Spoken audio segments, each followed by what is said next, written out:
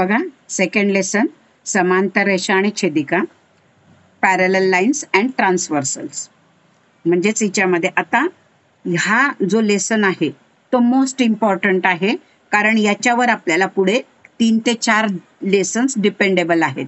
तर समांतर रेषा म्हणजेच आपण त्याला काय म्हणतो, पॅरलल लाईन्स. तुम्हाला माहिती आपण 5वीला पण बघितल्या. उदाहरणार्थ मी काय केलं, ही एक रेष काढली आणि ही एक रेष काढली, म्हणजे याला मी एल नाव दिलं आणि या रेषेला मी एम नाव दिलं. या लाईनला एल आणि एम लाईन नाव दिलं. तर हे किती पण मी पुढे गेली, किती वाढवली किंवा मी एक्सपांड केली तरी सुद्धा त्या एकमेकाला टच होत नाहीत, कुठेच टच होत नाही.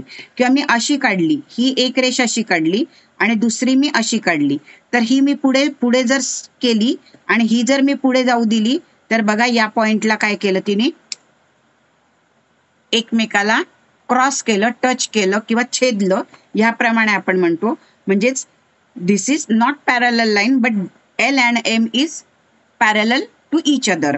म्हणजे आपण असं म्हणू शकतो की मराठीमध्ये रेख, एल, पॅरललचं चिन्ह, रेख, एम. हेच इंग्लिशवाले कसं म्हणतील की line, L, parallel line, M. फरक कळला? मी असं पण म्हणू शकते line M, parallel line L, उलट पण वाचू शकते, कारण एकमेकाचे आहेत. Both are parallel to each other. दोघं पण एकमेकाला काय आहेत, पॅरलल्स आहेत. म्हणून आपण याला काय म्हणणार आहे, पॅरलल लाईन्स. पॅरलल लाईन्सचं हे चिन्ह आहे. हे जे डबल एल आहे तो तिथे सिम्बॉल वापरलेला आहे मॅथ्स मध्ये. पॅरलल म्हणजेच आपण त्याला म्हणतो समांतर, मराठीवाले समांतर रेषा. हे कळलं तुम्हाला?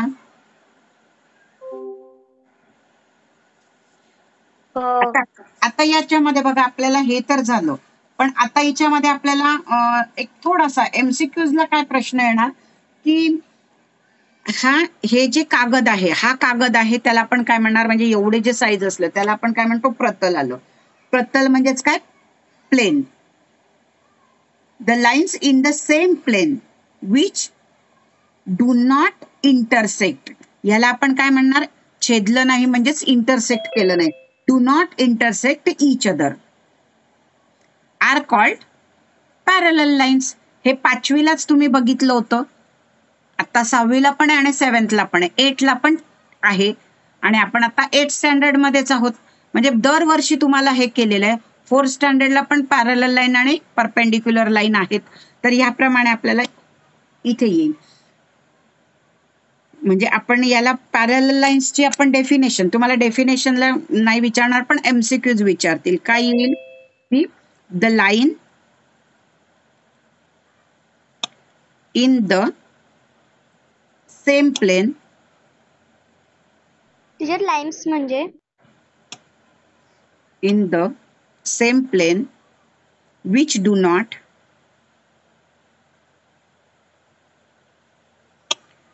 इंटरसेक्ट.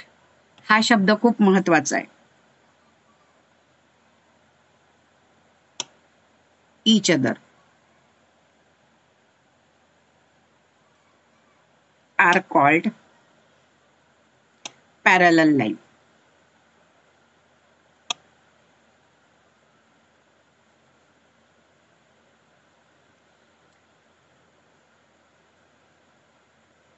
आता हिच्यामध्ये पहा, एकाच प्रतलात असणाऱ्या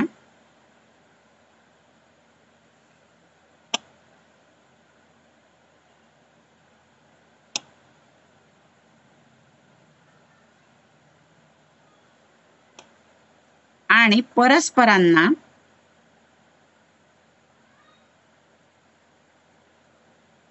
न छेदणाऱ्या, नॉट इंटरसेक्ट विचारलंय ना, म्हणजेच न छेदणाऱ्या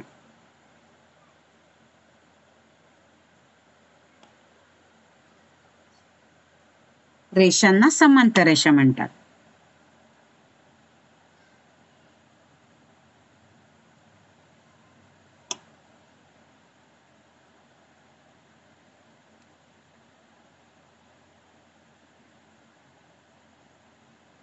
आता तुम्हाला MCQs मध्ये असेल,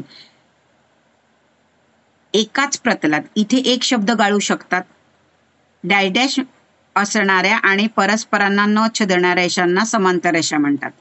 किंवा असं येईल, एकाच प्रतलात असणाऱ्या आणि डॅश डॅश परस्परांना न छेदणाऱ्या, हा एक शब्द तुम्हाला ड्रॉप केला जाईल. रेषांना समांतर रेषा म्हणतात. किंवा हे सगळं दिलं असेल आणि समांतर रेषा म्हणतात, हे ड्रॉप केलं जाईल. झालं, इथेच 3-4 MCQs तयार झाले. छोटे छोटे प्रश्न सुद्धा इझिली तुम्हाला आहेतच सोडवायला. स्कूलमध्ये पण तुम्हाला fill in the blanks, match the pair, true false मध्ये हे छोटे छोटे प्रश्न येणारच. त्याचा उपयोग आपल्याला इकडून करायचा. आता बघा, हे पॅरलल लाईन मी किती पण पुढे म्हणजे हे केली, लांबवली, वाढवली, तरी सुद्धा ती एकमेकाला कुठेच अशा प्रकारे इंटरसेक्ट, कुठल्याच एका पॉइंटमध्ये दोघं पण रेषा इंटरसेक्ट होत नाही, छेदत नाही. त्याला म्हणतात पॅरलल लाईन. आता ह्या पॅरलल लाईन्सचा आपल्याला खूप महत्वाचा उपयोग आहे. आता हिच्यामध्ये बघा, या काय केलं, सपोज मी तुम्हाला हे केलं आणि अजून एक अशा लाईन्स दिल्या, किंवा चला आपल्याला असा पॉइंट घेतला. आता मी स्केल वापरत नाही, पण तुम्ही काढताना स्केल वापरायचं आणि पेन्सिलचाच यूज करायचा. अशा 2 पॅरलल्स लाईन दिल्या, त्याला मी L आणि M दिला आणि तिच्यामध्ये काय केलं, मी ही N लाईन ड्रॉ केली. लाईन म्हणजेच रेषा, N रेषा काढली. आता बघा, ही L लाईन आहे आणि ही N लाईन आहे, या पॉइंट मध्ये इंटरसेक्ट झाली आहे, म्हणजेच छेदलं गेलेलं आहे. लक्षात आलं? त्याला मी A नाव दिलं. आणि लाईन M, रेषा M आणि रेषा N या पॉइंट मध्ये त्याला मी काय केलं, B नाव दिलं. Intersect at point B. बीच्या पॉइंट मध्ये काय झालं, इंटरसेक्ट केल्या, 2 लाईनी एकमेकाला क्रॉस झाल्या, म्हणजेच छेदल्या. अशा पद्धतीने एक आकृती येऊ शकते. एक आकृती तुम्हाला नॉट पॅरलल बट ह्याप्रमाणे येऊ शकते. एक आकृती तुम्हाला अशी येऊ शकते. याच्यावर सेम प्रश्न, फक्त आपल्याला याच्यामधले जे अँगल्स काढायचे आहेत ह्याप्रमाणे LMN. आता हे काय झालं, इथे 90 डिग्रीचा अँगल तयार झाला, म्हणजेच काय झालं, परपेंडिक्युलर लाईन झाली.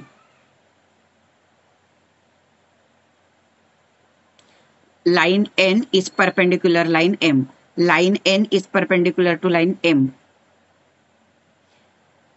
N ही रेषा L ला समलंब, सॉरी लंब दुभाजक आहे, समलंब नाही, लंब दुभाजक आहे. किंवा मी असा जर पेपर धरला तर ही लाईन माझी झाली N लाईनला, L ही रेषा काय आहे, लंब दुभाजक आहे. लंब म्हणजे लंब दुभाजक, म्हणजेच याला आपण काय म्हणतो, परपेंडिक्युलर. म्हणजे करेक्ट इथे आपल्याला 4 अँगल 90 डिग्रीचे होतात आणि दोघं पण सेम असतात. यांची पेअर पण सेम असते, यांची पण पेअर सेम असते, यांची पण पेअर सेम असते, यांची पण सेम असते, ही पण सेम असते आणि ही पण सेम असते. All R 90 degrees. अशावरचे आपल्याला हे प्रश्न येतात.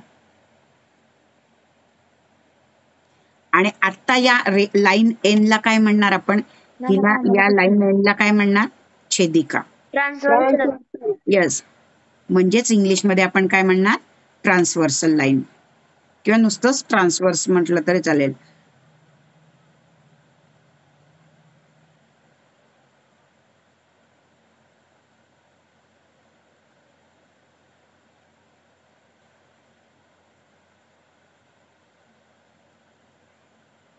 Transversal N is transversal of line L and M. Line L and M म्हणजे N ही छेदिका कोणाची, L आणि M ची छेदिका N आहे. अर्थ कळला तुम्हाला याचा?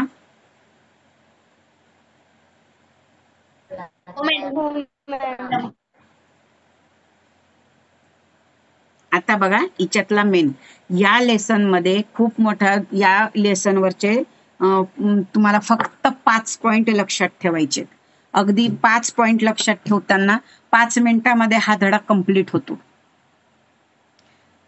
तुमच्या स्कूलमध्ये हा लेसन सुरू झालाय का अजून फर्स्ट लेसन चालू आहे?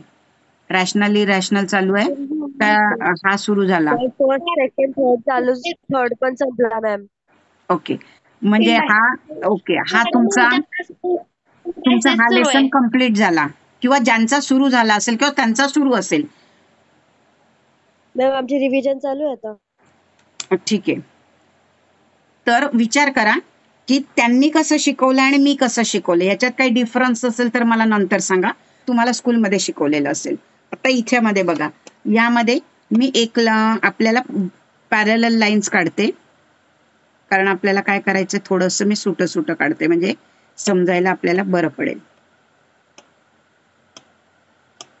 इथे तुम्ही कोणते पण घ्या, एक्स घ्या, वाय घ्या, झेड घ्या, पी घ्या, क्यू घ्या, काही पण घ्या. आपण पी क्यू घेऊया. इथे पी क्यू घेतला आणि हे आर झालं.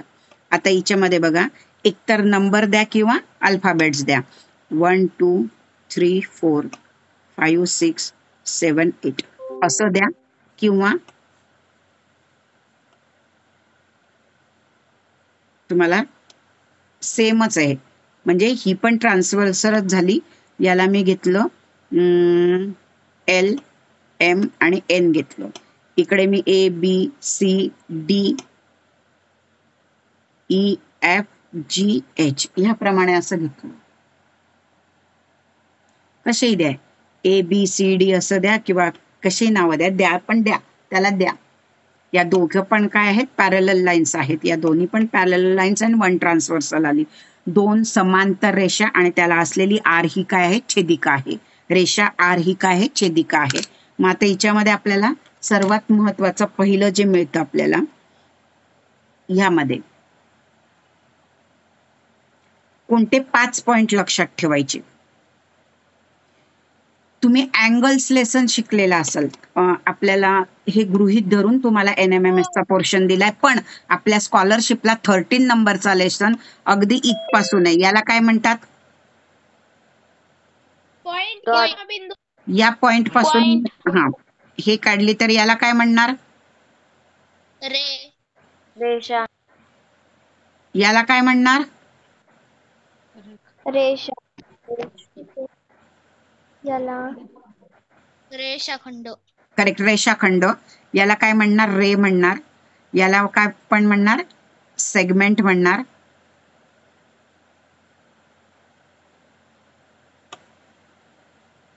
याला काय म्हणणार? लाईन म्हणणार. मराठीमध्ये याला काय म्हणणार? पॉइंट म्हणणार. आता मराठीमध्ये आपण याला म्हणतो किरण, याला बिंदू म्हणतात, सेगमेंट रेषाखंड.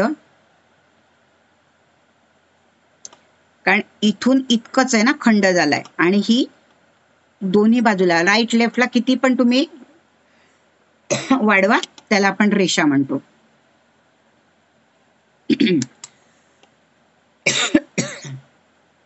याचं तुम्हाला 13 आणि 14 नंबरचा हा लेसन आहे हिच्यावर. आता हिच्यामध्ये आपल्याला काय करायचं, हे गृहीत धरलेलं आहे की हे तुम्हाला येतं, हे 6-7 स्टँडर्डला झालेलं ऑलरेडी, हे 5वीला 4थीला झालेलं आहे. त्याच्या पुढे आपल्याला थोडंसं पुढची स्टेप घ्यायची. असं जर दिलेलं असेल तर पहिलं येणार आपल्याला करस्पॉन्डिंग अँगल.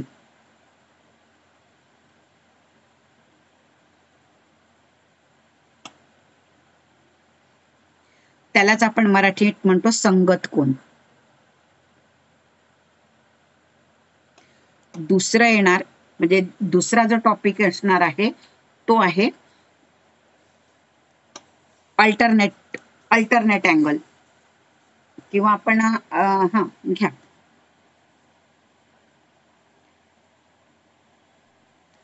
सोडवू का?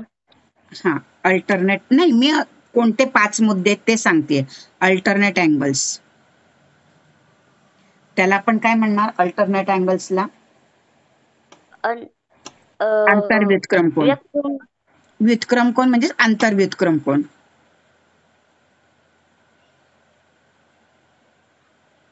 व्युत्क्रम कोन. आणि तिसरं आहे इंटिरियर अँगल. कोणता? अंतर्कोन.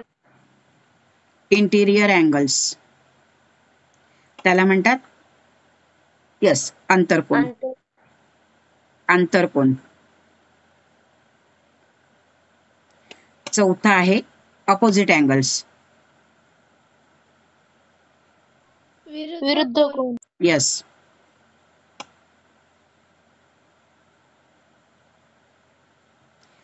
आणि पाचवा जो मुद्दा आहे, खरं तर हा पहिला मुद्दा आहे, हा दुसरा आहे, तिसरा, चौथा, पाचवा उलट लिहिलं गेलंय, पण ठीक आहे. Opposite angle. आणि इथे आहे आपल्याला एक जे दिलेलं आहे ती आहे लिनियर पेअर.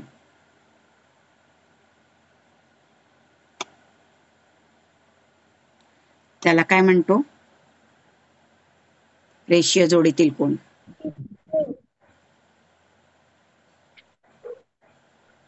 एक रेषीय कोण.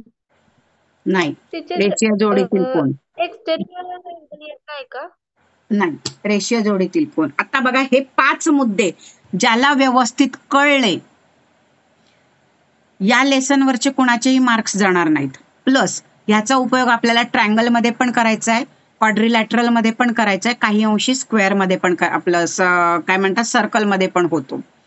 म्हणजे त्रिकोणामध्ये, चौकोनामध्ये आणि वर्तुळामध्ये पण काही अंशी हा भाग येतो आपला. पण सर्वात जास्त त्रिकोण आणि चौकोनामध्ये आणि त्यातल्या त्यात त्रिकोणामध्ये जास्त वापरला जातो. म्हणून व्यवस्थित करा. आता हिच्यामध्ये बघा, ह्यामध्ये आपल्याला तुम्हाला काय काय प्रश्न येतात. सर्वात आधी आपण लिनियर पेअर म्हणजे काय बघूया. फर्स्ट पॉइंट आहे लिनियर पेअर.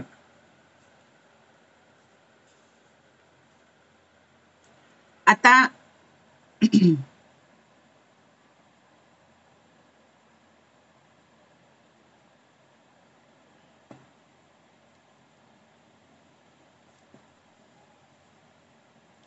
लिनियर पेअर्स आपण त्याला म्हणतो रेषीय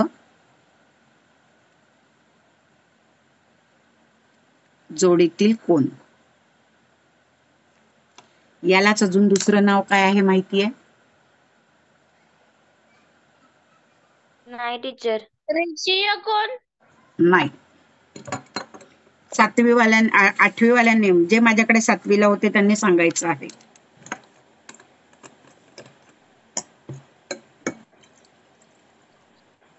पूरक कोण. Yes, correct. इंग्लिश मध्ये त्याला काय म्हणणार?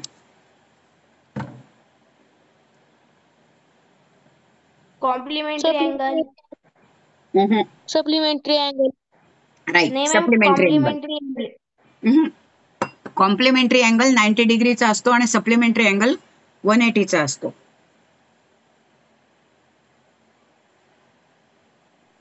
मग मॅम त्यात कोणता पकडायचा. लक्षात आलं काय म्हणायचंय मला? काय म्हणणार आपण त्याला? त्यालाच आपण, हा कसा असतो 180 डिग्रीचा असतो. लिनियर पेअर कशाची असते? 180 डिग्रीचा असतो. त्यालाच आपण काय म्हणतो?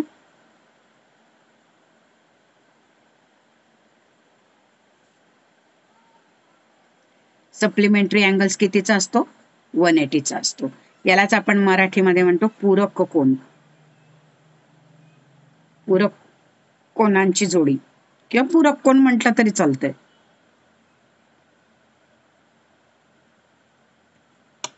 आता ही कशी असते बघा, ह्याप्रमाणे. म्हणजे हा आणि हा मिळून किती झाला? 180 डिग्रीचा. सपोज हा 120 चा असेल तर हा 60 चा असेल. हो मॅम. याला आपण म्हणणार. किंवा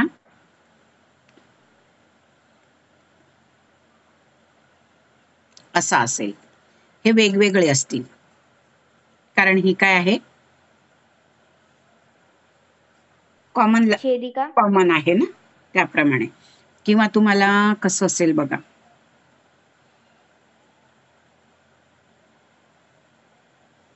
मॅम दोन्ही 90-90 चे असतील ना. हो.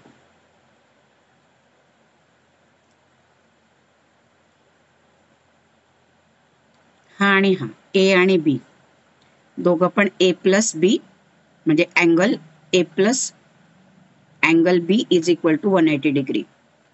180. किंवा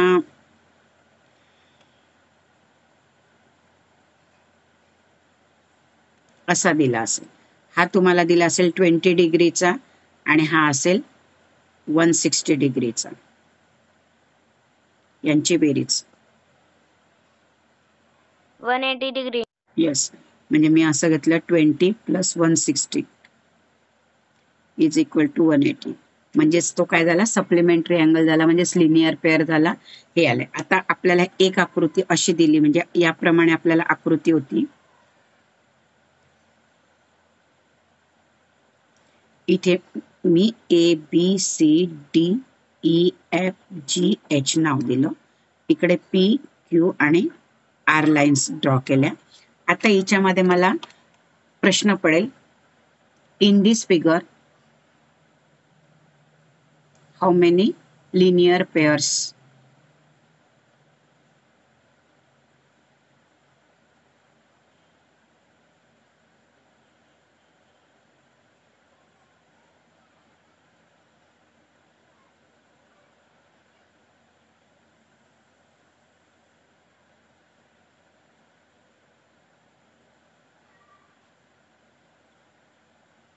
मग कसं येईल बघा, सांगा की. मला वाटलं तुम्ही सांगताच आहेत. बघा, लिनियर पेअर करायची आहे. लिनियर पेअर,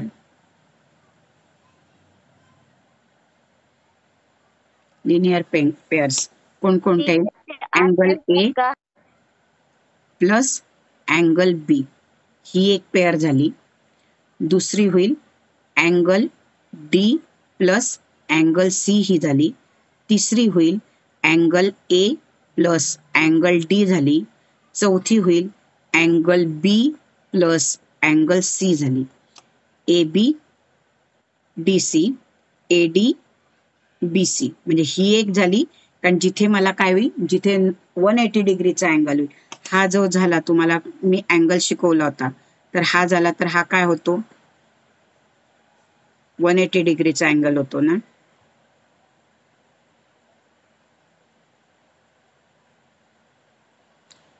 ह्या किती आले? 4 पेअर्स आल्या. किती आल्या? 4 आल्या. आणि आता खालच्या हिच्यामध्ये बघा, 5वी पेअर आली, angle E plus angle F एक पेअर झाली. 6 नंबरची angle H plus angle G झाली. 7 नंबरची pair E angle E H plus angle S H. आणि 8वी किती झाली? H angle plus F G. Plus angle G झाली.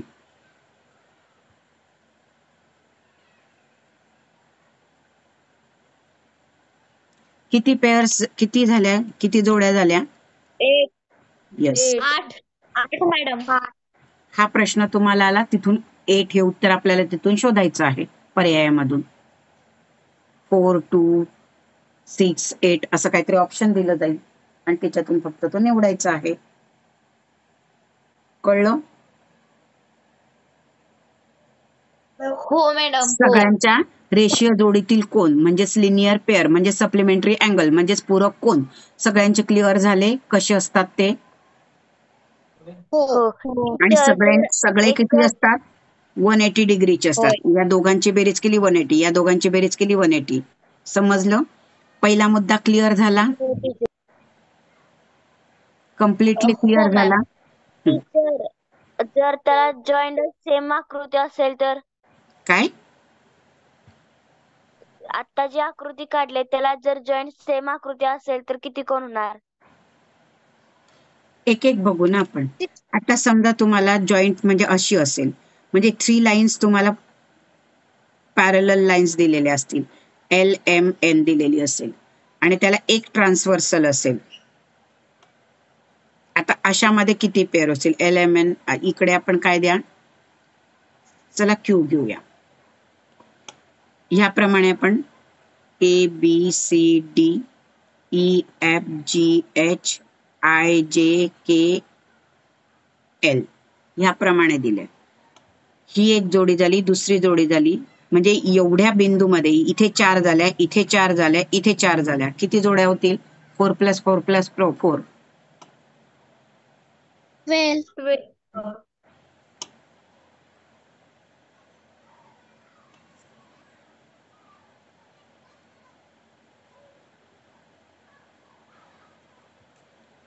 किती जोड्या होतील? 12 होतील. बरोबर आहे?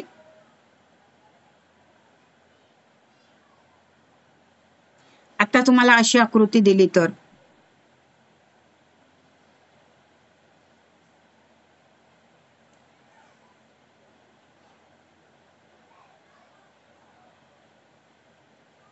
किंवा अशी आकृती दिली तर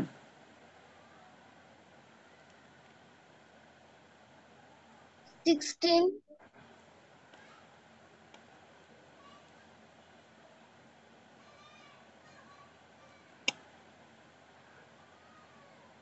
16 रेषीय जोडीतील म्हणा किंवा रेषीय कोण किती झाले? इथे 4 झाले, इथे 16 4 झाले, इथे 4 झाले, इथे 4 झाले. किती झाले? 4 4 4 4. इथे किती झाले?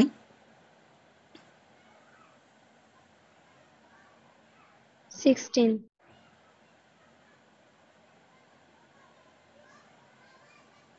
आणि मग इथे किती होतील? इथे किती होतील? 16 टीचर. येस, इथे पण 16 होतील. मॅम 16 इथे बघितलंच आपण, बरोबर आहे. लक्षात आलं? हो टीचर. आता म्हणजे लिनियर पेअर म्हणजेच इथे आपल्याला पूरक कोण किती मिळतील? टीचर 16. सप्लिमेंटरी अँगल किती मिळतील? 16 किती होतील? 16 हं. 16 लक्षात आलं मग? 16 16 याप्रमाणे. आता बघा दुसरा पॉइंट आहे अपोजिट अँगल्स. विरुद्ध कोण.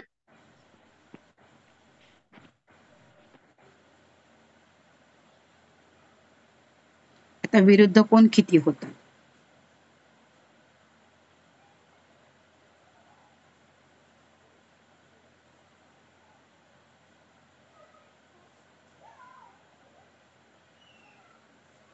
हिच्यामध्ये अपोजिट अँगल. तर आता पहा विरुद्ध कोणांच्या जोड्या किती होतील?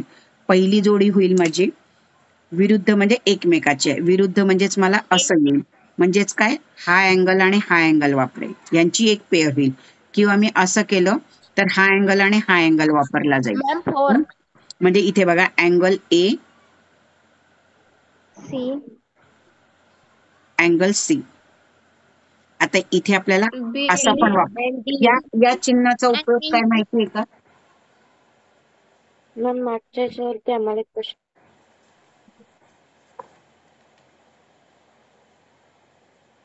याला काय म्हणतात? एकरूप. हा जितका तितकाच हा आहे.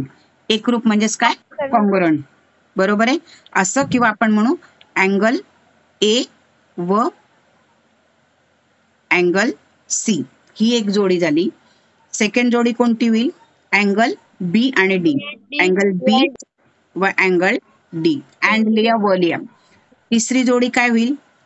अँगल एफ व F G and angle G. G fourth नंबरची अँगल एच अँड एच व अँगल ई. किती पेअर झाल्या मग? 4 सांगितलं होतं. किती पेअर्स तयार होतील? 4 हे झालं तुमचं उत्तर. इथे एमसीक्यू येईल ना तुम्हाला. 4 जोड्या. विरुद्ध कोणांच्या किती जोड्या होतात? 4 जोड्या होतात या आकृतीमध्ये. आता ही फर्स्ट आकृती होती. सेकंड आकृती आपण अशी बघितली होती की 3 पॅरलल लाईन्स असतील, 3 पॅरलल लाईन्स असतील आणि 1 ट्रान्सव्हर्सल असेल. तर मग अपोजिट अँगल्स किती येतील? अपोजिट अँगल किती? इथे इथे किती येतील? इथे 2 जोड्या येतील, इथे 2 जोड्या येतील, इथे 2 जोड्या मॅम येतील. एकूण 6 म्हणजे किती पेअर्स येतील? अपोजिट अँगल्स पेअर किती येतील? 6 पेअर्स ऑफ अपोजिट अँगल.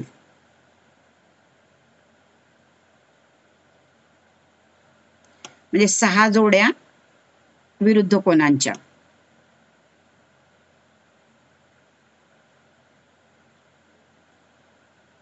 बरोबर आहे.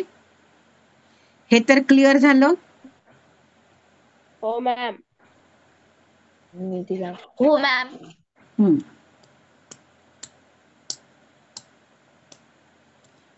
अजून अजून काही तिच्यामध्ये होतं का चेक करा बरं.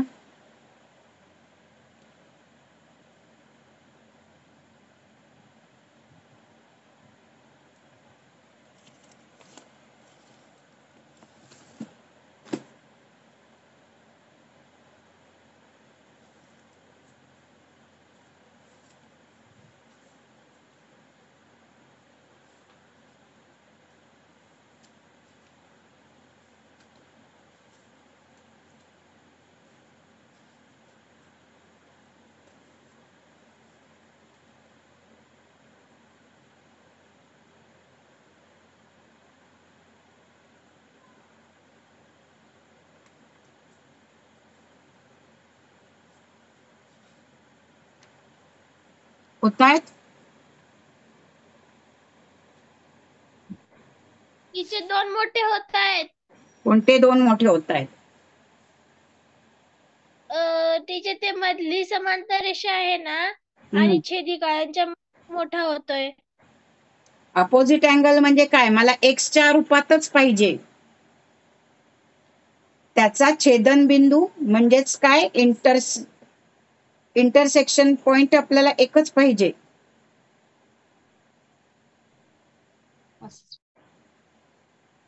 इंटरसेक्ट पॉइंट एकच पाहिजे आपल्याला.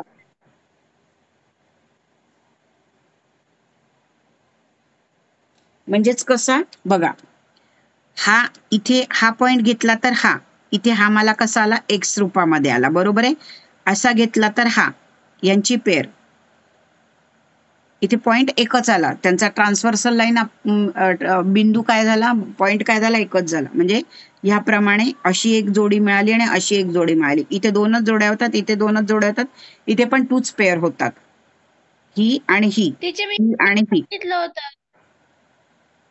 ते सांगितलं की 6 जोड्या होतातच की.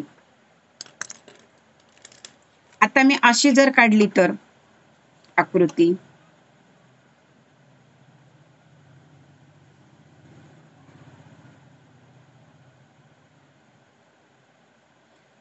To parallel two transversal.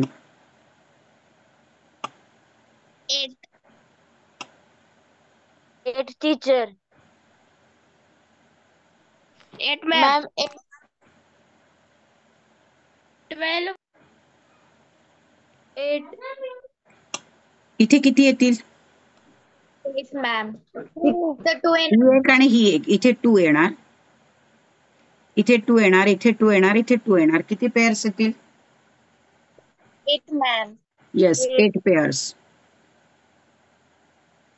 हे माझं आन्सर झालं, बरोबर आहे. म्हणजे अपोजिट अँगल कशाला म्हणतात हे कळलं? हो मॅम. नक्की. हो. विरुद्ध कोणांची जोडी कशाला म्हणतात कळलं? अच्छा, कुठल्या दोन्ही तिन्ही माध्यमांच्या मुलांना हे शिकवलं आतापर्यंत? दोन पॉइंट्स बघितले, एक लिनियर पेअर म्हणजे सप्लिमेंटरी अँगल आणि दुसरा बघितला अपोजिट अँगल्स म्हणजेच काय? रेषीय जोडीतील कोण म्हणजेच पूरक कोण, आणि दुसरा बघितला विरुद्ध कोण. हिच्यामध्ये कुणाला काही डाऊट? नाही टीचर. No ma'am. मी शिकवलेलं सगळं कळलंय? म्हणजे आतापर्यंत जेवढं शिकवलं तेवढे सगळे मुद्दे कळले? नक्की? हो मॅम. विसरणार नाहीत आता? हो. बरं, त्याच्यावरचे जेवढ्या आकृत्यांच्या शक्यता होत्या तेवढ्या मी सगळ्या तिथे घेतलेल्या आहेत. त्याच्या ज्या आन्सर्स असतील, जितके पेअर्स असतील तितके पेअर्स तुम्ही अगदी तोंडपाठ जरी असलं तरी तुमचे वेळ वाचणार आहे, तेवढंच असणार आहे, त्याच्यात बदल काहीच होत नाही. आता खरा हे 2 पॉइंट जर क्लिअर झाले असतील तर आता मेन मुद्दा, इथून मेन पॉइंट्स आपल्याला सुरू होत आहेत. फर्स्ट पॉइंट आहे तर तो आहे करस्पॉन्डिंग अँगल. कोणता? करस्पॉन्डिंग. येस, करस्पॉन्डिंग अँगल म्हणजे त्याला मराठीतून आपण काय म्हणतो? संगत कोण. येस.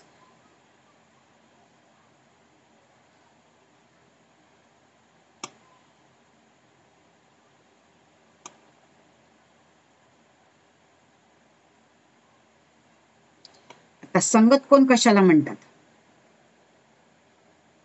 तर इथे डेफिनेशन तुम्ही नाही लक्षात ठेवली तरी चालेल. पेन कुठे गेला माझा?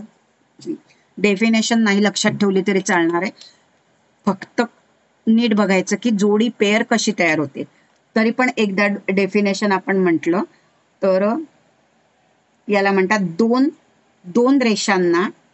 आता मी याची आकृती मी अशी एक काढून ठेवते, छोटी छोटी आकृती काढते, जास्त मोठी नाही काढत. याप्रमाणे इकडे तुम्ही काही पण नाव द्या, L, M आणि N घेतली याप्रमाणे. तर इथे काय होईल, दोन रेषांना छेदिकेने छेदल्यामुळे, ह्या दोन रेषा आहेत किंवा दोन समांतर रेषा आहेत आणि त्यांना छेदिकेने छेदल्यामुळे दोन रेषांना छेदिकेने किंवा एका छेदिकेने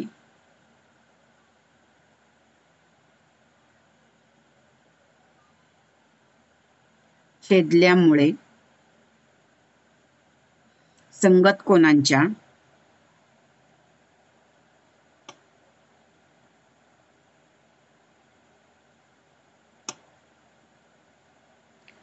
जोड्या तयार होतात.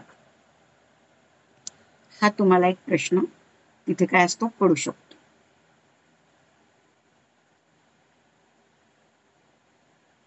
टू लाईन्स इंटरसेक्ट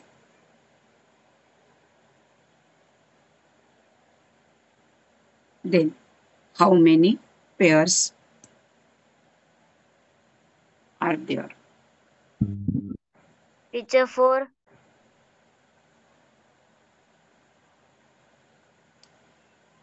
आता सर्वात महत्वाचं की करस्पॉन्डिंग अँगल कशाला म्हणतात.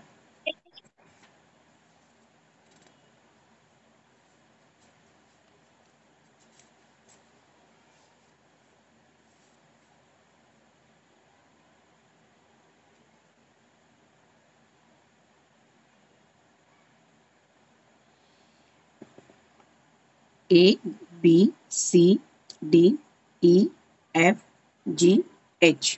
आता बघा कोणत्या कोणत्या पेअर्स तयार होतात आणि किती होतात. पहिली पेअर. आता आपल्याला करस्पॉन्डिंग संगत कोण म्हटलेलं आहे.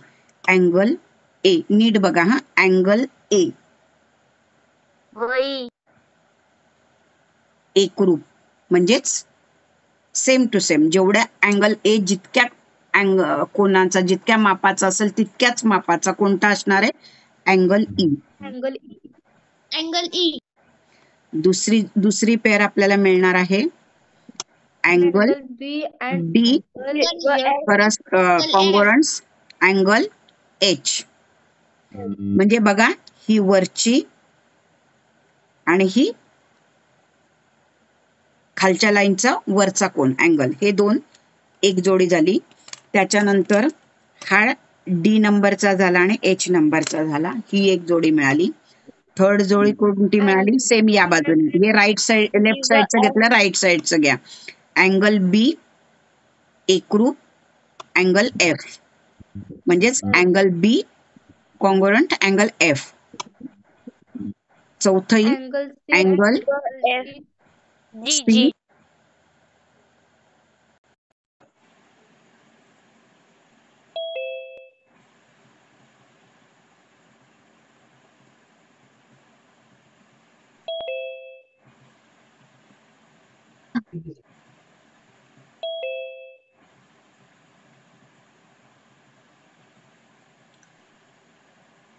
टीचर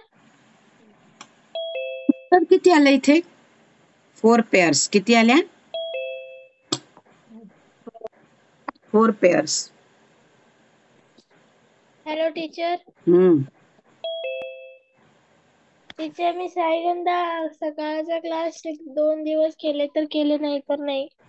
का बरं, कुठे जायचंय? कुठे जायचं नाही टीचर, खूप ताप आलाय आणि चक्कर आले. बरं ठीक आहे.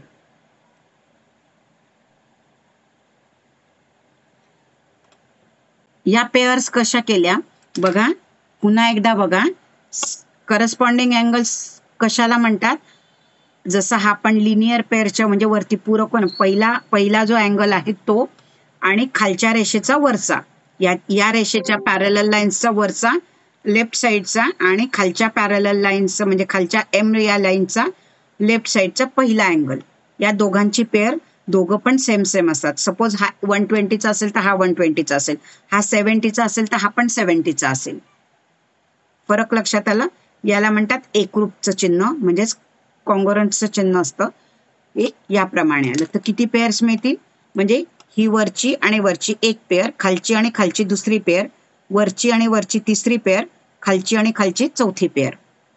किती पेअर्स मिळाले आपल्याला? 4.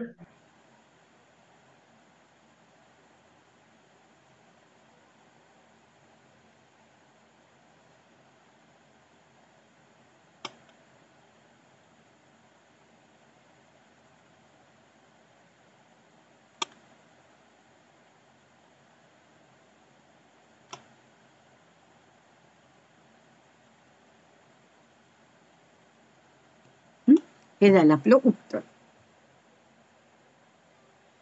आता दुसरी आकृती आपण कशी बघितली होती? 3 पॅरलल लाईन्स आणि 1 ट्रान्सव्हर्सल, 3 समांतर रेषा आणि 1 छेदिका. याच्यामध्ये किती करस्पॉन्डिंग अँगल्स होतात बघूया. 1, 2, 3 आणि 1 ट्रान्सव्हर्सल. अशी घ्या का अशी घ्या, कशी पण घ्या, कशी कोणत्याही डायरेक्शनने काढा, काही फरक पडत नाही. पी, क्यू, आर आणि एस घेतले. आता इथे मी केले 1 2 3 4 5 6 7 8 9 10 11 12. मी नंबर्स दिले. आता कसं होईल बघा. करस्पॉन्डिंग अँगल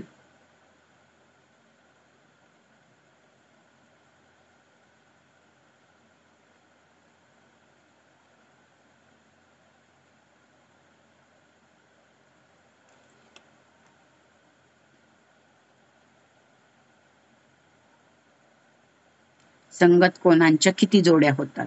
जोड्या. बरोबर आहे. आता बघा हिच्यामध्ये मी पहिली पेअर लावते. फर्स्ट पेअर अँगल 1 1 त्याला 5 अँगल 5. 5 सेकंड येईल angle 4 4 and angle 8. Angle 8. Third नंबरची येईल अँगल 2 कॉन्ग्रुएंट्स अँगल 6. फोर्थ नंबरची काय येईल अँगल 3 and 7. बरोबर आहे. पहिल्या याच्या झाल्या. आता काय करायचं आहे, ह्यांची लावायची आहे. फिफ्थ नंबरची angle 5 and 9. Yes. Angle 9. Angle 8. 8 and 12. 12. 7. Angle 6 and 10.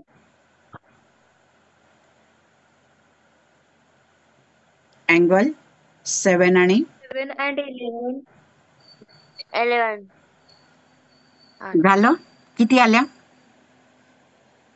8. उत्तर करेक्ट आहे का? नो. हो मॅम. नो. बघा madam line P parallel Q. बघा आपल्याला एक प्रूफ आहे. Line P parallel line Q, line Q parallel line S, sorry R आहे. So line P parallel line R येईल.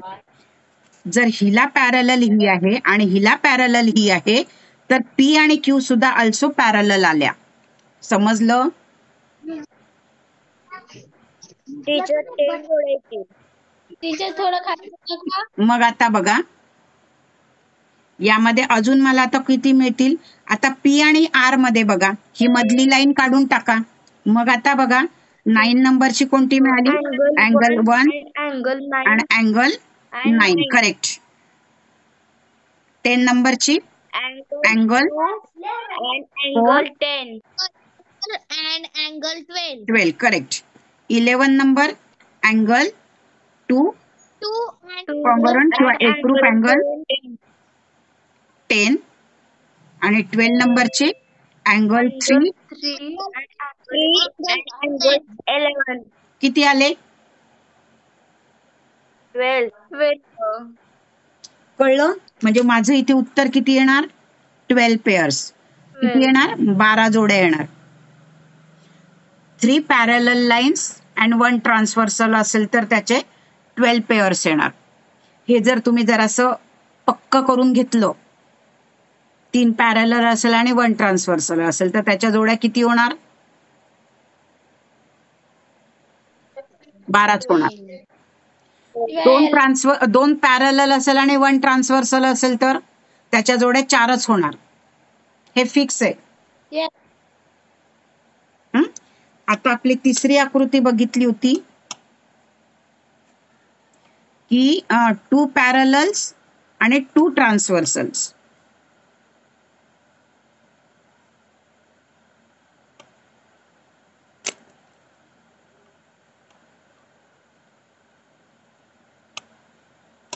अशी बघितली होती. ABCDEFGHIJKLMNOP. आता करा बरं किती पेअर्स करा बरं जरा. 8.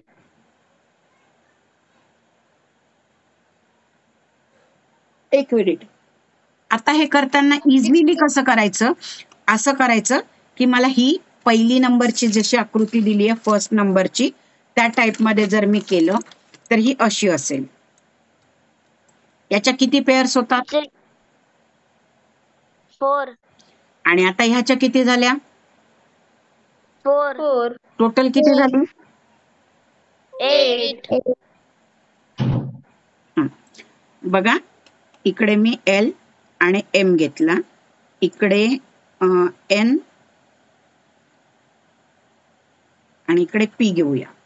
आता बघा N आणि P ट्रान्सव्हर्सल आहेत कुणाला? L आणि M ला. तर किती पेअर्स मिळतील? 8 पेअर्स मिळतील.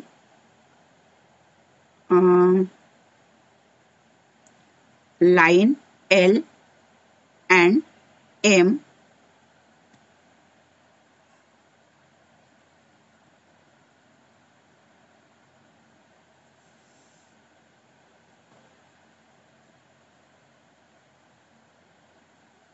ला आपण काय म्हणू? लाईन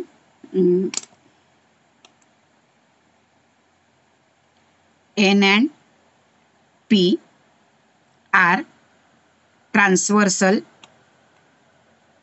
of line L आणि M. L आणि M या दोघांना या ट्रान्सव्हर्सल आहे. और तुम्ही कसं करू शकता की line L and line M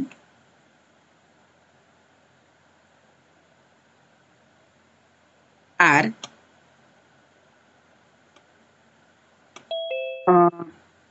transversal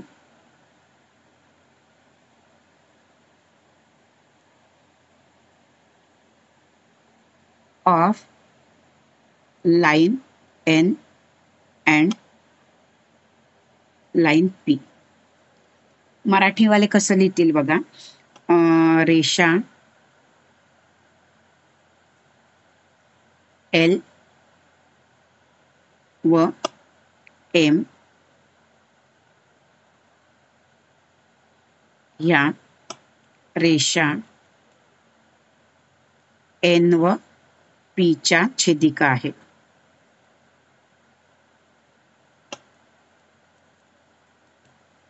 हे एक आणि दुसरं होईल रेषा N व रेषा P ह्या रेषा L व रेषा M च्या छेदिका आहेत.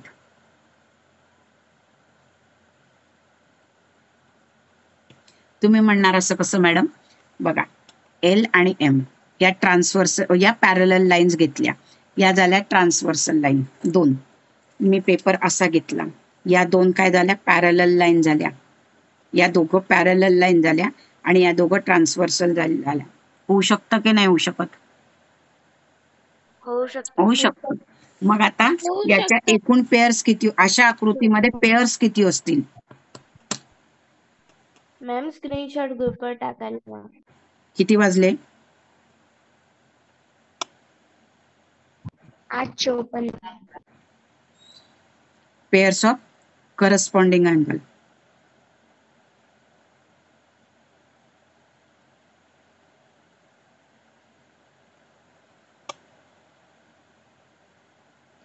संगत कोनांच्या जोड्या किती होतील?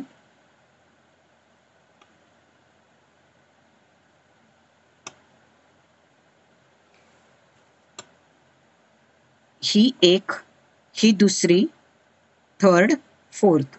इथे काय आली? इकडे 4 आल्या, इकडे 4 आल्या, बरोबर आहे.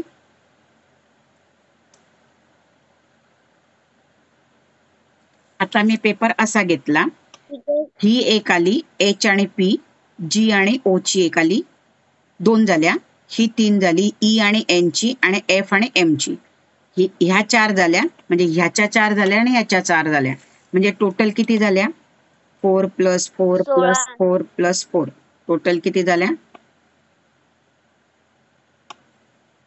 16. उत्तर काय येईल माझं? 16 आन्सर मॅम. काय येईल? Yes, 16 pairs.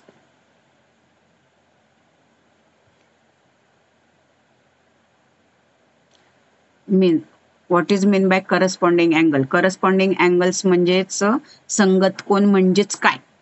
म्हणजे त्या जोड्या कशा असतात, कळलं? हो मॅडम. म्हणजे आता सपोज मी असं इथे घेतलं, इथे मी घेतलं ए असेल 110 चा अँगल असेल, तर हा पण कशाचा असेल? 110 चाच अँगल असेल. लिनियर पेअर बघितली तर लिनियर पेअरला हे ए आणि बी लिनियर पेअर झाली, किंवा याला आपण म्हणतो सप्लिमेंटरी अँगल होतो. हा 110 चा झाला तर हा कितीचा असणार आहे? बी अँगल कितीचा असणार आहे? 70 चा. यस, करेक्ट, 70 चा असेल, कारण यांची ऍडिशन किती असणार आहे? 180 असणार आहे, राईट. आता मी 180 झाला. अपोजिट अँगल बघा, अपोजिट ए आणि सी अपोजिट अँगल आला, तर सी कितीचा असणार? सी अँगल कितीचा असणार? Angle C, opposite angle pair, तर ही पण 110. यस 110 असणार. आणि मग आता मला सांगा बी चा अपोजिट अँगल और डी चा बी अपोजिट अँगल आला तर डी किती असेल? 70 असेल. 70. आता बघा इकडे बघा, ही लिनियर पेअर झाली, म्हणजे हा काय झाला तुमचा? सप्लिमेंटरी अँगल, पूरक कोन झाला. यांची पण ऍडिशन 180 आली, यांची 180 आली, ह्यांची 180 आली, इकडे ठेवलं तर हे 180 आली. मला वाटतं आता सगळं तुमचं काय झालं असेल? क्लिअर झालं असेल, करेक्ट? हो मॅम. लिनियर पेअर करेक्ट झाली, अपोजिट अँगल क्लिअर झाले. आता करस्पॉन्डिंग अँगल म्हणजेच काय बघितलं आपण? संगत कोन बघितले. तर संगत कोनांमध्ये बघा, हे ग्रीन आणि हे ए आणि ई ची पेअर आपण लिहिली होती इकडे. जसं 1 आणि कुठे इकडे लिहिलंच नाही का, आपण जोड्या बनवल्याच नाही का. उदाहरणार्थ फर्स्ट एक लिहून घेऊ, अँगल ए एकरूप अँगल ई, म्हणजेच angle A congruent angle E, आणि दुसरा आहे अँगल डी एकरूप angle H, angle D congruent angle H, याप्रमाणे आलं. तर बघा ए 111 आहे, ई सुद्धा सेम 110 आहे, हे पण 110 आलं. डी 70 आहे, तर एच पण किती येणार? 70च येणार, म्हणजे हा 70 आला तर हा पण 70 आला.